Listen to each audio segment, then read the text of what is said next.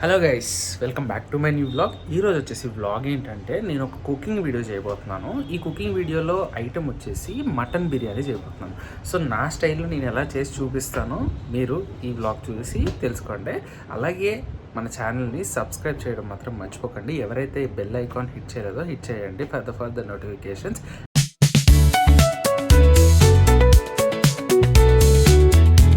ముందుగా బిర్యానీ చేయాలంటే ఈ మాత్రం సైజు ఉన్న కడాయి అయితే సూపర్గా ఉంటుంది. సో స్టవ్ మీద ఈ కడాయిని పెట్టేసుకొని ఆయిల్ వేసుకొని కొన్ని మసాలా దినుసులు, జీడిపప్పు, పచ్చిమిరపకాయలు అయితే వేసుకొని లైట్గా ఆనియన్స్ వేసుకొని ఫ్రై చేసుకోండి. నేనైతే ఒక 1/2 kg మటన్ అయితే తీసుకుంటున్నాను. మనం ఫ్రై చేసుకున్న మిశ్రమాన్ని అయితే ఇలా మిక్సీలో వేసేసుకొని అందులోనే కొంచెం ఎల్లుల్లిపాయలు అలాగే అల్లం కూడా వేసుకొని మిక్సీ పట్టేసుకోండి.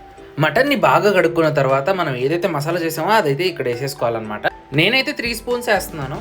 అదే చేత్తోని మనకైతే తగినంత సాల్ట్ అయితే వేసుకోండి, ఎక్కువ వేసుకోకండి. అదే చేత్తోని కొంచెం కారం కూడా వేసుకోండి. ఒక నిమ్మ చికెన్ అయితే ఫుల్గా పిండేసుకోండి. గింజలు పడినా పర్లేదు, తీసేసుకోవచ్చు, కావాలితే ఏం పర్వాలేదు.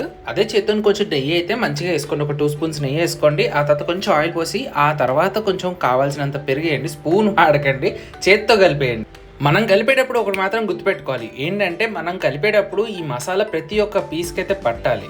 ఫ్రిడ్జ్లో పెట్టేసిన తర్వాత ఈ గ్లాస్తో అయితే నేను బాస్మతి రైస్ అయితే 2 కప్స్ తీసుకుంటున్నాను. రైస్ అయితే వాటర్లో నానబెట్టండి. దాని తర్వాత ఒక కడాయి పెట్టుకొని కొంచెం ఆయిల్ వేసుకొని మనం ఏదైతే ఫ్రిడ్జ్లో పెట్టామో ఆ మిశ్రమాన్ని తీసుకొచ్చేసి వేసేసి బాగా కొంచెం లైట్గా ఫ్రై చేస్తూ ఉండాలన్నమాట. అదే చేత్తోని మనం అయితే ఇందులో కొంచెం పుదీనా, కొంచెం కొత్తిమీర కూడా పైనుంచి అయితే వేసేసుకోవాలి. తర్వాత ఒక మూత పెట్టేసి అయితే కుక్ అవనివ్వాలి. ఆ పక్కన ఒక కుక్కర్ తీసుకొని అందులో కొంచెం ఆయిల్ వేసుకొని కొంచెం ఈ మసాలా దినుసులు, కొంచెం పుదీనా, కొత్తిమీర వేసేసుకొని ఒక 4 కప్స్ వాటర్ వేయండి. ఎందుకంటే నేను 2 కప్స్ వాటర్ వేసాను కదా, 4.5 కప్ వేసుకున్న పర్లేదు. కొంచెం సాల్ట్ వేసి అదే చేత్తో కొంచెం పచ్చిమిరపకాయలు, ఒక నిమ్మ చెక్కన అయితే పిండిసేయండి. బాగా మిక్స్ చేయండి. మధ్యలో అయితే మనం మూత తీసి కలుపుకుంటూ ఉండాలి మటన్ని. ఆ పక్కన రైస్ కోసం పెట్టిన వాటర్ అయితే మసులుతూ ఉన్నప్పుడు అందులో అయితే మనం నానబెట్టుకున్న రైస్ అయితే వేయాలి. నేనైతే ఈ రైస్ని నానబెట్టేసి ఆ తర్వాత వాటర్ అన్ని తీసేసి అప్పుడు ఇందులోంచి వేస్తున్నాను అనమాట. ఆల్మోస్ట్ ఒక అరగంట తర్వాత మన మటన్ కన్సిస్టెన్సీ అయితే ఇంత దగ్గరగా అయిపోతుంది. పక్కనే పెట్టిన బాయిలింగ్ రైస్ అయితే ఏదైతే ఉందో అది 70% కుక్ అయితే చాలు.